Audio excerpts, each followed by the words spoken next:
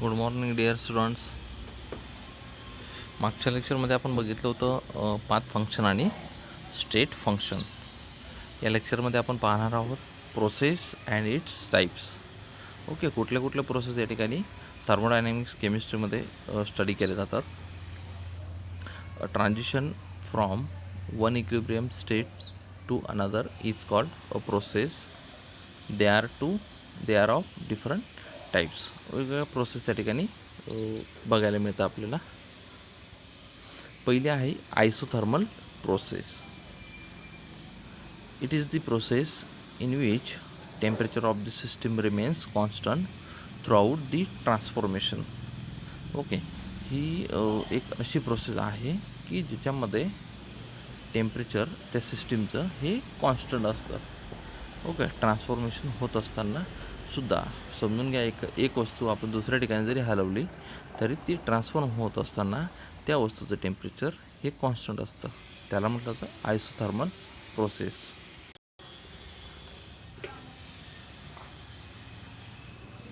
त्यानंतर नेक्स्ट आहे isobaric process.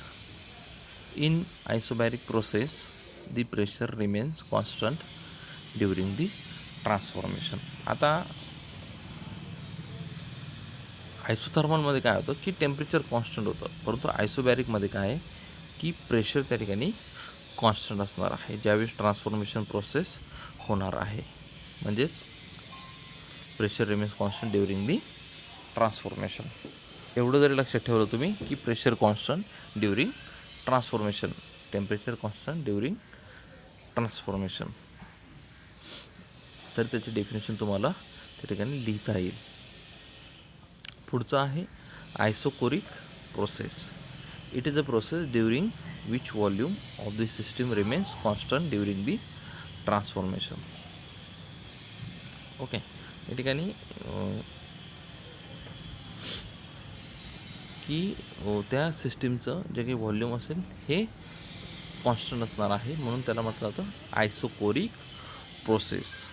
Okay, next process आहे adiabatic process. A process in which there is no exchange of heat between system and surroundings is an adiabatic process. बघा, ही अशी process आहे की याच्यामध्ये हीटचं त्या सिस्टीमशी किंवा त्या सराउंडिंग्सशी कुठल्याही पद्धतीचं एक्सचेंज होत नाही, म्हणून त्याला म्हटलं जातं adiabatic process. The next process is a reversible process. Consider a gas enclosed in a cylinder fitted with a movable piston.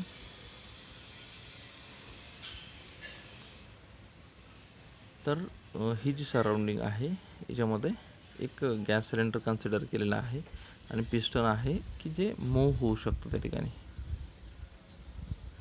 आणि ती जी सिस्टीम असते ती थर्मोडायनॅमिकली रिव्हर्सिबल असणार आहे. ती जी सिस्टीम असेल ती थर्मोडायनॅमिकली रिव्हर्सिबल असणार आहे.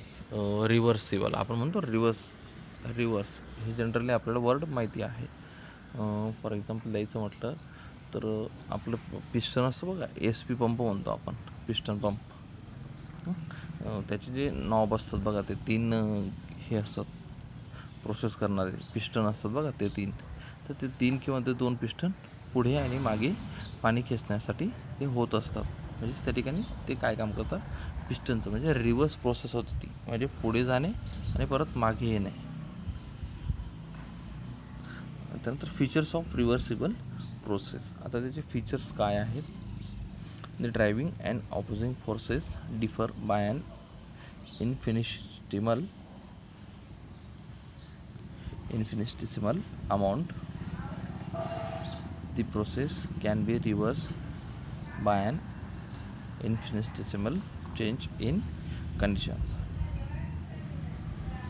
ओके, बरेचसे प्रोनाउन्सिएशन इन्फिनिटेसिमल पण करू शकता किंवा इनफायनाइटेसिमल पण करू शकतात. तुमच्यावर डिपेंड करतं की तुम्हाला प्रोनाउन्सिएशन कशा पद्धतीने करायचं आहे. तिसरं फीचर आहे a reversible process proceeds infinitely slowly and takes place in infinite number of steps. The last is at the end of every step of the process, the system attains mechanical equilibrium with the surroundings. Okay. मागे एक दिवस लेक्चरचा आपला gap पडला होता.